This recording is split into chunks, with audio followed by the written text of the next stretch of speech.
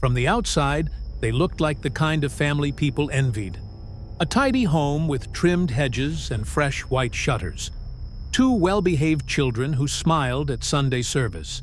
And a couple, Emma and Mark, always seated in the front pew, holding hands as the pastor preached. They were the picture of Christian devotion. He, a respected leader in the church. She, a loving wife and mother who led the women's Bible study every Thursday. But pictures lie. Behind closed doors, there were no prayers whispered together at bedtime, no laughter at the dinner table, just silence. Heavy, unforgiving silence. Emma smiled for the congregation, but inside, she was fading. Each day she followed the motions. Wake the children, pack their lunches, clean the house, pretend everything was fine. But something was missing, something deep. Not just romance, not just passion. It was recognition. She longed to be seen. Not as a wife, not as a mother, not as a servant of God, but as a woman. Mark, though faithful in Scripture, had grown distant in spirit. He was a man of discipline, of principle, of image, but not of intimacy. Their conversations had dwindled into updates, bills, chores, schedules. The warmth had gone. The connection had died, quietly, respectfully, like everything in their life. And Emma? She began to wonder if this was all God intended for her. A life of duty, of spiritual obedience, and emotional starvation. Then, Ahmed moved in next door. A polite wave, a kind word over the fence, a gentle smile that lingered just a little too long. Harmless. At first, but the most dangerous storms always begin with a quiet breeze. And in the stillness of suburbia, a spark was lit. One that would burn through marriages, faith, and a man's life. Emma once believed that love grew stronger with time, that the quiet nights, the folded laundry, the packed lunches, all of it meant something. That devotion, even without words, was still devotion. But years passed, and what she got in return for her loyalty was absence. Mark wasn't cruel. He wasn't violent. He was, in many ways, a good man. He paid the bills. He showed up to church. He never raised his voice. But that's the thing about emotional abandonment. It doesn't shout. It whispers. And it disappears. Emma spent her days inside 4 beige walls, cooking meals that went unappreciated, folding clothes he never noticed, waiting in silence for a man who stopped seeing her long ago. Their love had become routine, predictable, cold, like the polite nods they gave each other in passing. They still prayed together, but never really spoke. And somewhere along the way, Emma stopped believing she was worthy of more. She poured herself into her children, Sarah, now 12, and David, only 8. She drove them to school, read them bedtime stories, helped them memorize Sunday verses. But even the joy of motherhood began to fade under the weight of her invisibility. She tried to fill the void with service, church committees, fundraisers, women's fellowship every Thursday. But those were masks, worn to convince herself that she still mattered. In truth, she was slowly withering, not from neglect, but from being forgotten. And every night, after the children had gone to bed, she would sit by the window, staring at the darkened street, watching porch lights flicker across the neighborhood, and wondering, is this it? Is this all there is to a good Christian life? She had prayed for warmth, for meaning, for someone to look at her like she still existed. She never expected that answer to come from the man next door. But when it did, she didn't look away. He moved in quietly. No big trucks, no noisy chaos. Just a man, his wife, and their infant son. unpacking a new life in the house next door. Ahmed was different. He wasn't loud or overly friendly, but he was present, in a way Mark hadn't been in years. When Emma first saw him, he was carrying groceries in one hand, cradling his sleeping son in the other. She noticed the care in his movements, the patience in his face, the softness in his eyes. It wasn't attraction. Not then. It was recognition of something human, of something alive. Their first conversations were brief. Neighborhood gossip, trash pickup schedules, weather, safe topics, harmless smiles.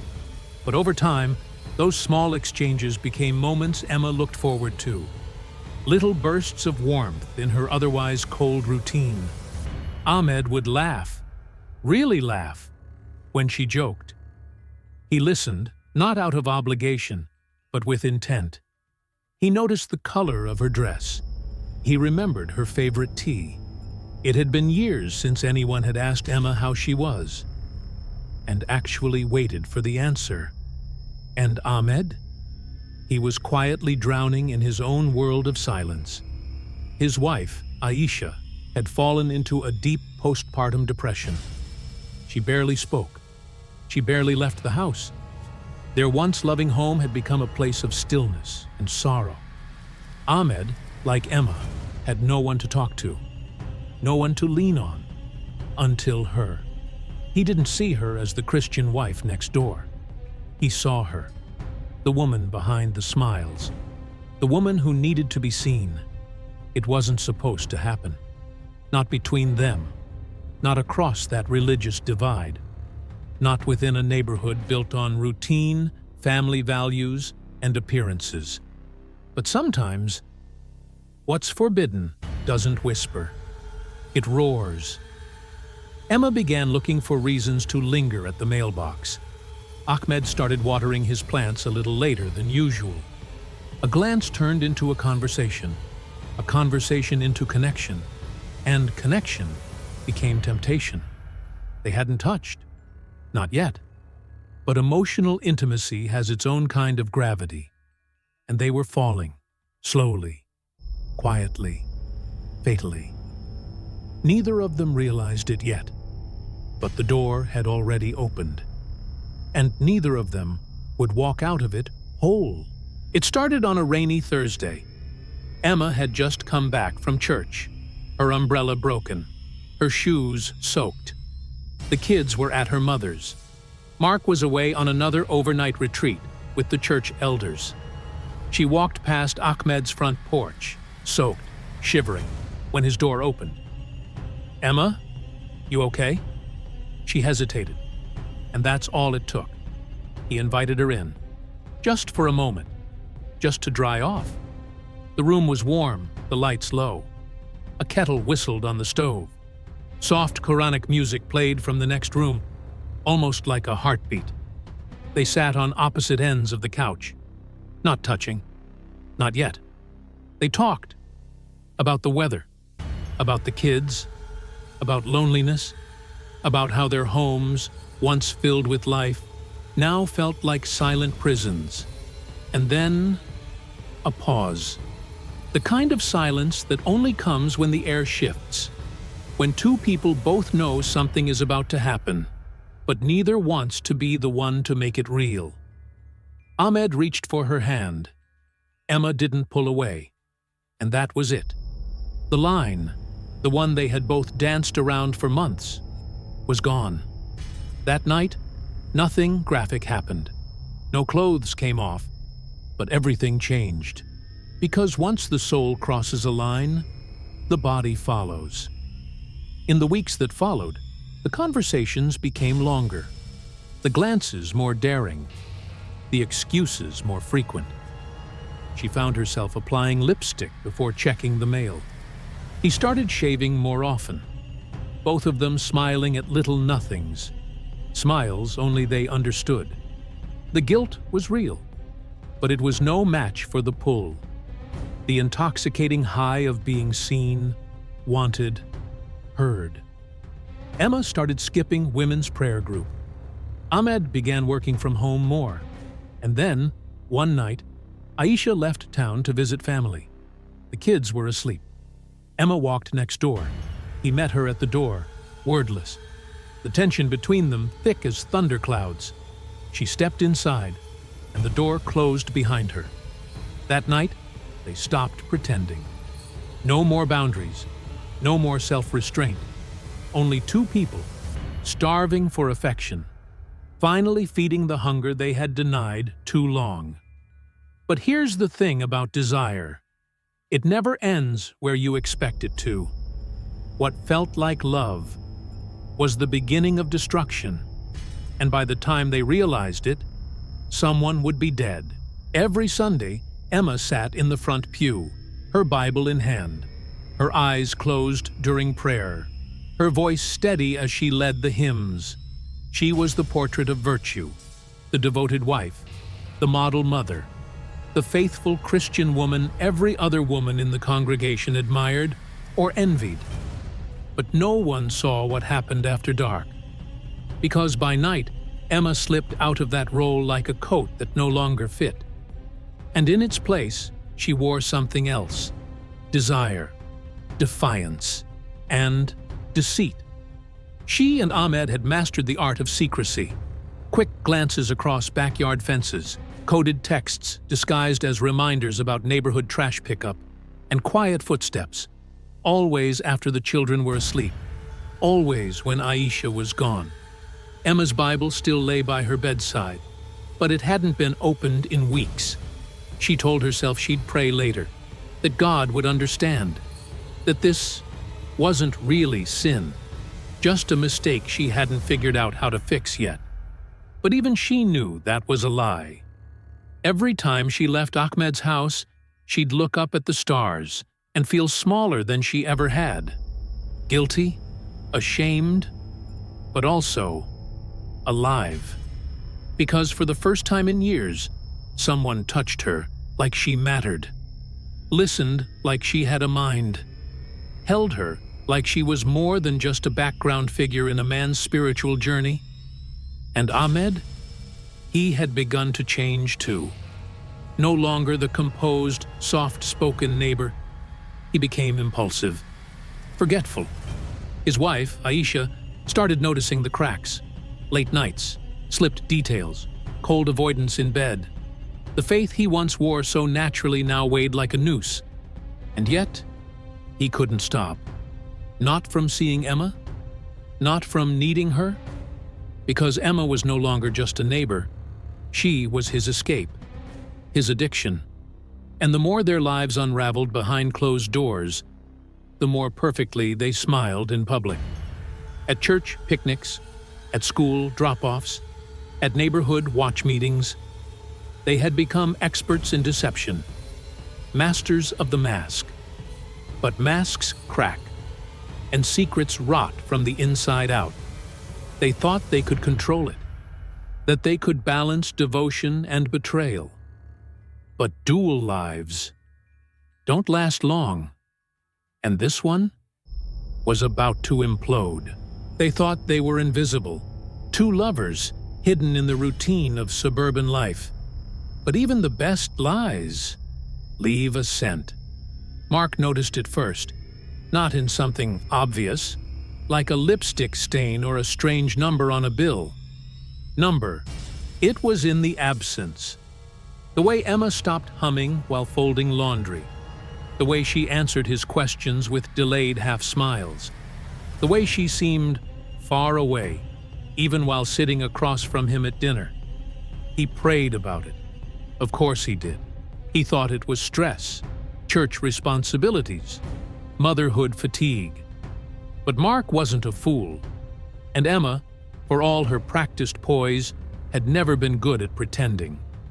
She came home late, offered vague excuses, sometimes smelled faintly of cologne that wasn't his. He didn't say anything. Not yet. Because Mark was a man of order, of structure, of certainty. He would wait, watch, gather. And he wasn't the only one growing suspicious. Across the fence, in a house that once echoed with lullabies and late-night prayers, Aisha was crumbling. She had spent months trapped in the fog of postpartum depression, barely noticing Ahmed's late returns, his sudden distance, his silence in bed. But depression doesn't blind you forever. Eventually, you open your eyes, and what Aisha saw terrified her. Her husband, once gentle and dependable, now flinched at her touch. He stared at his phone too long. He spoke of Emma too fondly, in casual, offhand mentions that felt rehearsed. One afternoon, while folding laundry, Aisha found something in Ahmed's jeans pocket. A note. Handwritten, brief, no name. Just tomorrow, after 9. Same place. Her hands trembled. She didn't confront him. Not yet. Because, like Mark, she needed to be sure. She needed proof, not just suspicion. But both spouses, once blind in routine, had now opened their eyes. The tension grew like static in the air. Unspoken. Undeniable. Emma couldn't sleep. Ahmed couldn't focus. Their stolen moments now came with the bitter taste of fear. The thrill was fading. The lies were stacking. They were no longer just sneaking around. They were being hunted. And in the shadows of 2 crumbling marriages, something far more dangerous was taking root. Rage. March 3rd, 2012. Atlanta was drenched in rain. Lightning lit up the sky like a warning. But the real storm was waiting inside the walls of Emma's home. She had planned everything. Mark was supposed to be out of town. Another church retreat, another weekend of holy silence. The kids were with her mother. The night was hers and his. Ahmed parked 3 houses down, umbrella low, hoodie pulled tight. No one saw him slip through the side gate. No one saw the front light dim. Just 2 people chasing the only thing that made them feel alive. They kissed in the kitchen, hurried, desperate. Emma's hands trembled as she poured tea she didn't intend to drink. Ahmed leaned against the counter, watching her like she was the only real thing in his world. And then, a sound. Keys in the door. At first, Emma thought it was thunder, but the soft creak of the doorknob silenced everything. Mark had come home early. No warning, no phone call, just instinct. A voice in his gut that said, "Go home." Now, and there he was, standing in the doorway, soaked from the rain, Bible in one hand, seeing his wife, the woman he had prayed for, forgiven, led in faith, wrapped in another man's arms.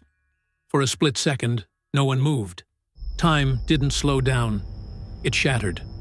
Mark dropped the Bible. His face was stone, but his eyes burned. "Get out!" He didn't scream. He didn't cry. He moved with purpose, toward the counter, toward the knife. Emma shouted. Ahmed stepped forward.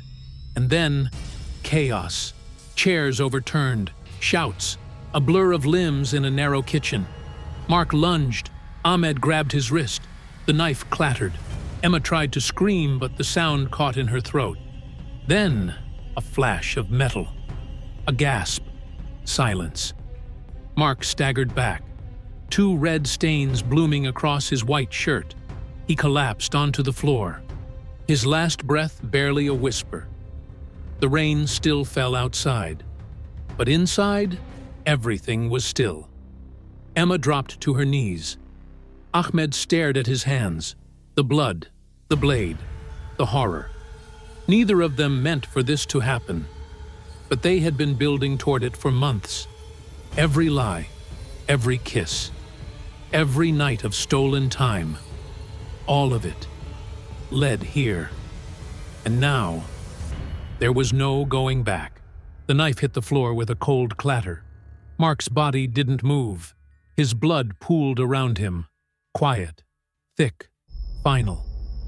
For a moment, Emma and Ahmed just stood there, frozen, breathing, breaking.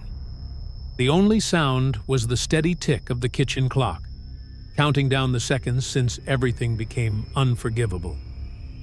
Emma dropped beside Mark, her hands trembling as she touched his face. Still warm, she whispered his name. Once, twice, but he was gone.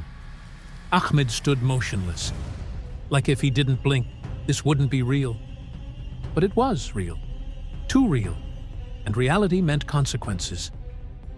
"You have to go," Emma whispered, her voice barely audible through the storm in her chest. "Now." Ahmed hesitated. His hands, still wet with blood, hovered in the air like they didn't belong to him. He backed away, stepping over the fallen Bible, over the broken life they'd created, and disappeared into the night. Emma was alone now, and she had a decision to make. She cleaned, as best she could, wiped the counters, changed her dress, opened the window, as if fresh air could erase what had just happened. When the police arrived the next morning, tipped off by an anonymous 911 call from a neighbor who heard something, Emma played her part. She was the grieving wife, in shock, alone with her children, now motherless in every sense that mattered. She told them it must have been a break-in, a robbery gone wrong. She recited the story like a prayer. She had come home and found Mark already on the floor. No idea who did it, just horror. But lies are slippery, and blood has a memory. The detectives noticed inconsistencies. No signs of forced entry. Nothing stolen. Only a life, taken violently. And Ahmed? He was nowhere to be found. His wife Aisha reported him missing 2 days later. His phone? Off. His car? Abandoned in a motel parking lot 3 counties away. But inside that car, they found a torn scrap of paper. Emma's handwriting. No one can ever know. The case had begun, and so had the unraveling. The trial began on May 15, 2013, but the judgment had started long before the gavel hit the bench. The courtroom was packed. Journalists, church members, neighbors who once waved politely from across the street now whispered behind hands. Emma sat quietly at the defendant's table. The same hands that once folded in prayer now clasped together in chains of shame. Next to her, Ahmed, hollow-eyed, gaunt. The man who had once made her feel alive, now barely breathing beneath the weight of what they'd done. The prosecution didn't just present evidence. They built a story, a narrative of lust, betrayal, and blood. They spoke of Emma, the faithful Christian wife, who became a liar, an adulterer, and an accomplice to murder. They spoke of Ahmed, a man torn between cultures, convictions, and carnal desire, who let temptation override every value he once held sacred. They laid out the affair in chilling detail: the late-night meetings, the carefully timed rendezvous, the coded messages. They showed the kitchen knife, Mark's autopsy photos, Emma's texts, Ahmed's fingerprints. But what they really put on trial was faith. How could a woman who led Sunday school live a life of such deception? How could a man who spoke of honor and prayer end up drenched in his neighbor's blood? Emma wept. Not loud sobs, but the silent kind. The kind that dripped like guilt onto the cold floor beneath you. She admitted the affair, admitted the lies, but she denied knowing what would happen that night. She said she never meant for it to go that far. That Mark's death was an accident. Ahmed claimed self-defense. That Mark had attacked him first. That it had all happened so fast. But the jury didn't buy it. Not after hearing from Aisha. Not after reading Emma's letter, the one they found in Ahmed's car. No one can ever know. 8 words. That said everything. The trial lasted 3 weeks, but it only took the jury 6 hours. Ahmed, guilty of manslaughter, 25 years, no parole. Emma, guilty of obstruction, conspiracy, and accessory to murder. 15 years. Tears couldn't save her. And when the verdict was read, no one cheered. Because this wasn't victory. It was ruin. Of a marriage. Of a family. Of faith. When the prison doors closed behind Emma and Ahmed, the story didn't end. It lingered. In the quiet halls of the church, where Mark once led Sunday prayers. In the corner house on Willow Street, where the blinds stay shut now, even in daylight. In the eyes of two children, who would never again call their father Dad, or feel their mother's arms without thinking of betrayal. Sarah was 14 when the world collapsed. Old enough to understand what a trial meant. Old enough to read the headlines, "Devout Christian wife guilty in husband's death." She changed schools twice, stopped going to youth group, stopped believing anyone, including God, could hear her anymore. David was 10. He just knew Mom was gone. And Dad wasn't coming back. They now live with Emma's sister, out of state. A home full of silence, of broken routines, of questions that may never find answers. Across town, Aisha packed up what little dignity she had left and vanished. She took their son, barely old enough to form memories, and moved 3 states away. Ahmed's name was erased from their life like chalk on a wetboard. But some things don't erase. Not really. Behind bars, he writes letters no one answers. Letters to his son, to Aisha, to God. Emma writes too. Long pages of scripture, of apologies, of the life she used to dream of. But redemption can't undo murder. And prayers whispered through prison bars sound very different than the ones whispered from pews. Mark's grave sits beneath an old oak tree, the kind of place that once would have felt peaceful. Now, it just feels unfinished. Because in this story, the dead aren't the only ones buried. Faith was buried. Trust was buried. Love, too, crushed beneath the weight of desire, denial, and desperation. And the ghost that haunts this tale isn't just Mark. It's the echo of a question. How did it go this far?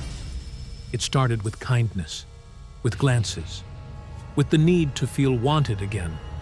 But it ended in blood, in chains, in children left holding the cost of adult choices. So if you take anything from this story, let it be this. No affair stays secret. No sin stays silent. And the moment you say, "It's just one time," is the moment the cracks begin.